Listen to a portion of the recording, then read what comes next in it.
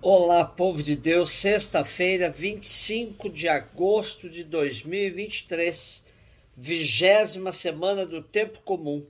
A nossa reflexão de hoje é a partir do livro de Ruth, capítulo 1, versículo 1, depois versículos de 3 a 6, 14b a 16 e 22.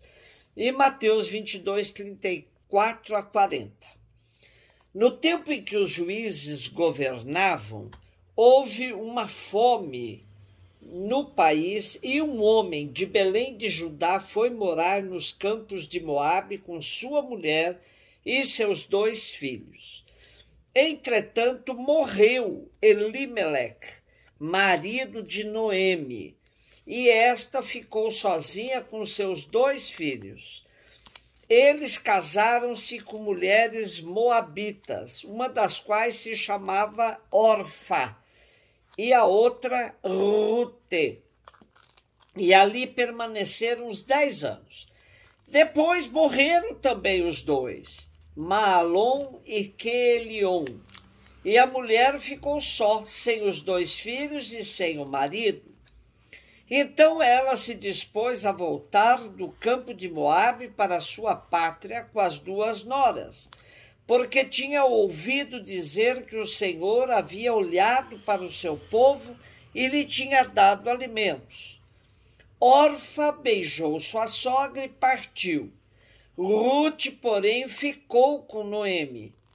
Esta disse-lhe: olha, tua cunhada voltou para o seu povo e para os seus deuses. Vai com ela. Mas Ruth respondeu: não insistas comigo para que te deixe e me afaste de ti, porque para onde fores, irei contigo. Onde pousares, lá pousarei eu também. Teu povo será meu povo e o teu Deus será o meu Deus. Assim Noemi voltou dos campos de Moabe, acompanhada de sua nora Ruth, a moabita. Regressaram a Belém quando começava a colheita de cevada.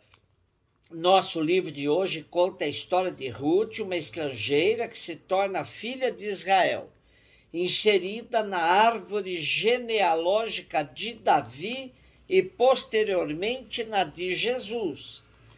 É composto por apenas 4 capítulos e conta uma história que ocorreu durante um período de cerca de 12 anos. Ruth é uma moabita casada com um israelita. Ele morre e Ruth manifesta uma extraordinária fidelidade à sua sogra e um profundo apego ao Deus de Israel. Finalmente, Ruth encontra um novo marido entre os parentes de seu marido já falecido. A partir deste casamento, nascerá um filho que será o avô de Davi, o maior rei de Israel. Por esta razão, Ruth tem um lugar entre os antepassados de Jesus, como nos conta a genealogia segundo Mateus. A datação deste livro é objeto de ampla discussão dentro da exegese. A maior parte dos estudiosos o colocam nos tempos descritos no livro dos Juízes e dos infortúnios de um povo que se afasta de Deus.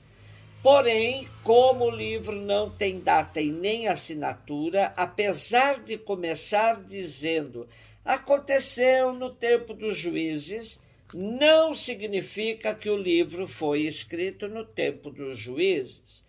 O tempo dos juízes começa com a morte de Moisés e vai até Samuel.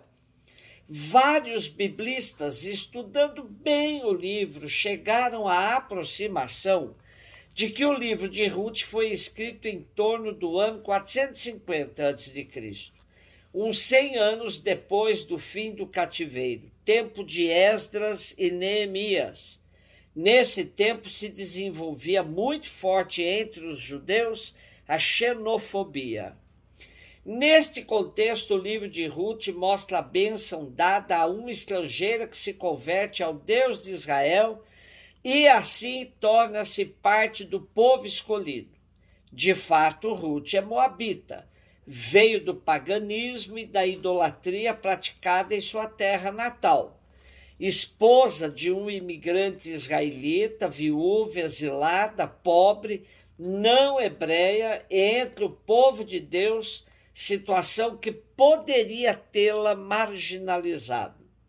A história, ao contrário, acontece em um clima de doçura, esperança, coragem serena, solidariedade, afeto profundo e duradouro. Uma boa chave de leitura do livro de Ruth também está no significado dos nomes escolhidos para os seus personagens. Elimeleque, nome do marido, meu Deus é rei, o Senhor é rei.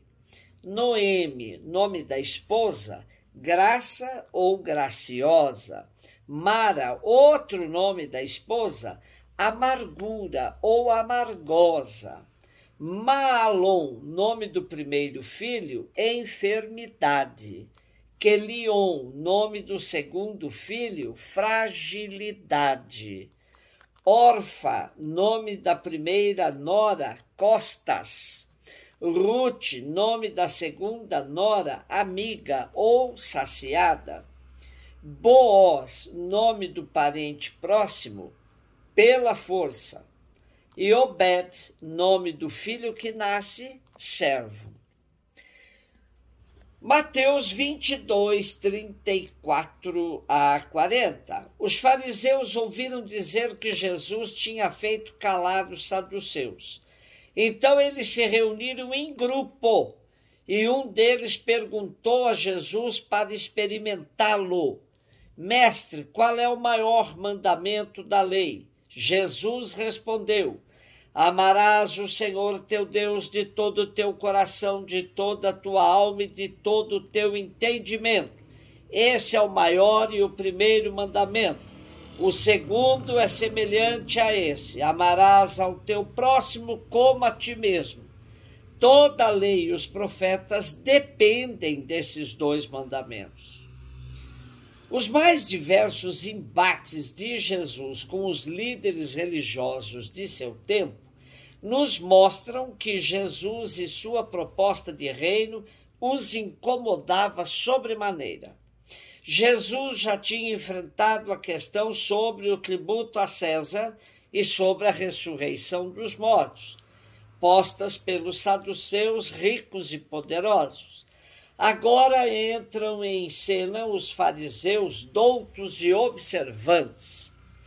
Prestemos atenção que Mateus diz que a pergunta posta pelos fariseus tinha como objetivo experimentar Jesus. Tratava-se mesmo de uma provocação.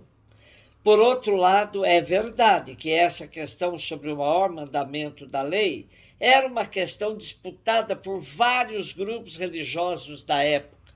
De fato, depois de terem feito um catálogo com 613 preceitos, dos quais 365 eram proibições e 248 mandamentos positivos, eles mesmos se perdiam no tocante às prioridades dentre eles.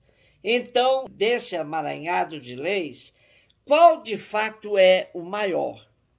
Qualquer que fosse a resposta de Jesus, ele seria acusado de estar tomando partido de um dos grupos em disputa.